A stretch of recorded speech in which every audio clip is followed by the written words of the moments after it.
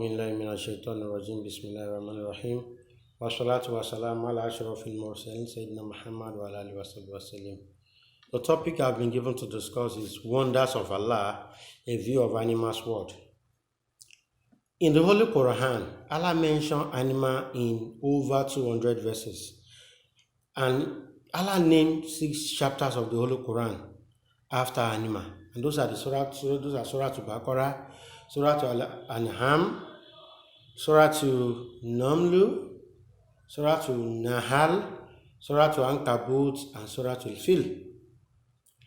In Surah Al-An'am, Quran 6, chapter 38, Allah said that there is nothing that is moving on earth, no bird that flies on its wing, but has a community of its own like yours. He said, all of creations are created as community. Human beings are created as community. Other animals are created as community. And they are all creations of Allah are wonderfully created. Now, looking at other animals, now, I would like to talk about birds, the hares, the eye in Yoruba. Now, in the world today, the ornithologists said there are 10,000 species of birds. While in Africa, we have 2,350 species. Coming to West Africa, we have 1,300 species. And in Nigeria today, we have 975 species of birds identified. Because there are lots that are yet to be identified. But the identified species so far are that. And talking about individual birds, the total population of birds in the world today stands at 400 billion, as against that of human, which is 7.8 billion. Now, and these animals, they are wonderfully created, like I said earlier. Looking at different things that we human beings are doing, it is clear that we have not been able to create anything of our own. Rather, we are mimicking the creations of Allah. Looking at aeroplane, the aeronautic engineers, they look at albatross, which is a seabird, that the bird has to glide before taking off. That is actually the bird the aeronautic engineer look at in building plane. The same thing applicable to different fabrics.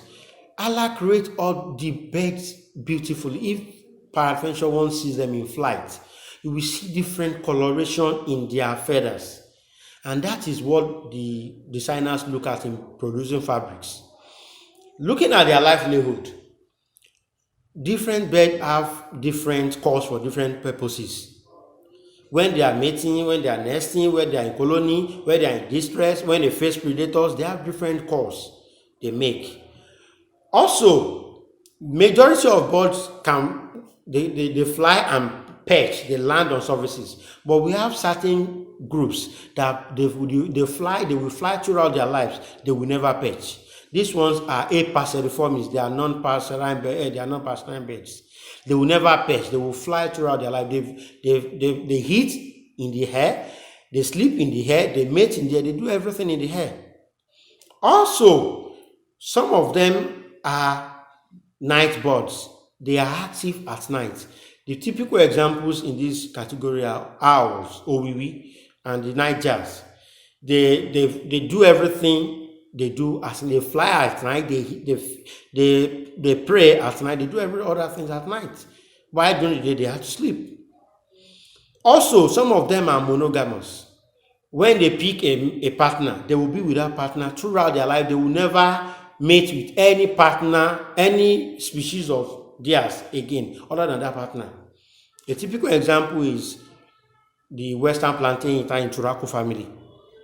Also, some of them are brood parasites. They don't hatch their own egg. They lay their egg inside the nest of another bird and allow the bird to hatch the egg for them. And after hatching the egg by the owner of the nest, that bird will survive. It will continue. It will start its own life.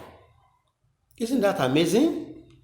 Now, also the birds, most of them, they don't speak. immediately. They learn their speech, their course from their parents, like we learn our speech from our parents. Example in this category is hummingbird.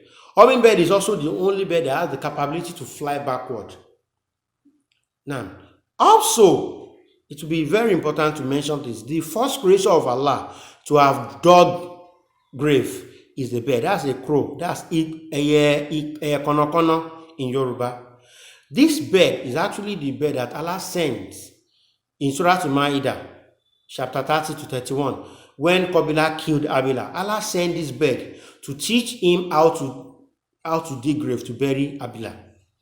Also, the story of Udiwuda, that's Oppo, that the bird that Prophet Sulaiman used during his own time as messenger. Also, the story of the sparrow, the Ababila bird, and Ashabul Fil. Now, it is very important to also mention there are certain environmental services that they render to the environment which are beneficial to human. First, some of them are environmental sanitizers. They clean the environment. For instance, in India, there is a particular tribe, Parsis tribe. They don't bury their dead ones. They put them on mountaintop and allow vulture to come and devour the dead body. Now, also, many of them are seed dispersers. Many of the exotic plants that we have in Africa today are being dispersed by many of those palearctic migrants like Eurasian nutcracker and so on. Also, some of them serve as insect controller. A typical example is California gull. In USA, in a particular community known as St. Lake City, they introduced this bird to their farm so that they can reduce the population of the insect pests that affect their crops. Also, some of them serve as shelter provider to other organisms. For instance, the woodpecker, the bee-eater, and the kingfisher, they excavate dead tree and nest inside. And the hole will be there for a very long time. Other organisms will make use of the hole as for their shelter and their breeding place. Also, many of them serve as bioindicators. When they are present in water body, it shows that water is neat, and we can make use of the water. But when birds are not actually in any water body, it shows that water is not clean. They also assist in telling us the seasonal change as well. Now, Prophet Muhammad said in one of the hadiths narrated by Abu Hurairah that a woman, a prostitute that gave water to a thirsty dog will enter, that Allah has forgiven her sins. There is another hadith that was narrated by Abdullah ibn Umar. He said, Prophet of Allah said, a woman who starved her to death will enter hellfire. Meaning, this is to tell us that animal has their own rights, and because they are wonderfully created by Allah. So, as we all have our own right, they have their own rights, and they have to be cared for. The research has shown, scientists have said that if all worms in the world today die, in the next 12 to 18 months, all life on earth will perish. Also, if all insects on earth die today, in the next 2 to 4 years, all life on earth will perish because of their environmental services to the man. And if human, that's the most funnest part of it, if all human on earth die today, all other organisms will survive. Example is when a building is abandoned, it will be colonized by several animals, and trees, plants will grow there. That shows that humans are infinitesimal, and we have to value other organisms as Allah has valued us. So we should not look down on any creation of Allah. And they have values as we have value, as Allah has said in the Quran, and Prophet Muhammad has buttressed it in several hadiths. So may Allah help us as we try to place value on every creation of Allah. Assalamu alaikum wa rahmatullahi wa barakatuh.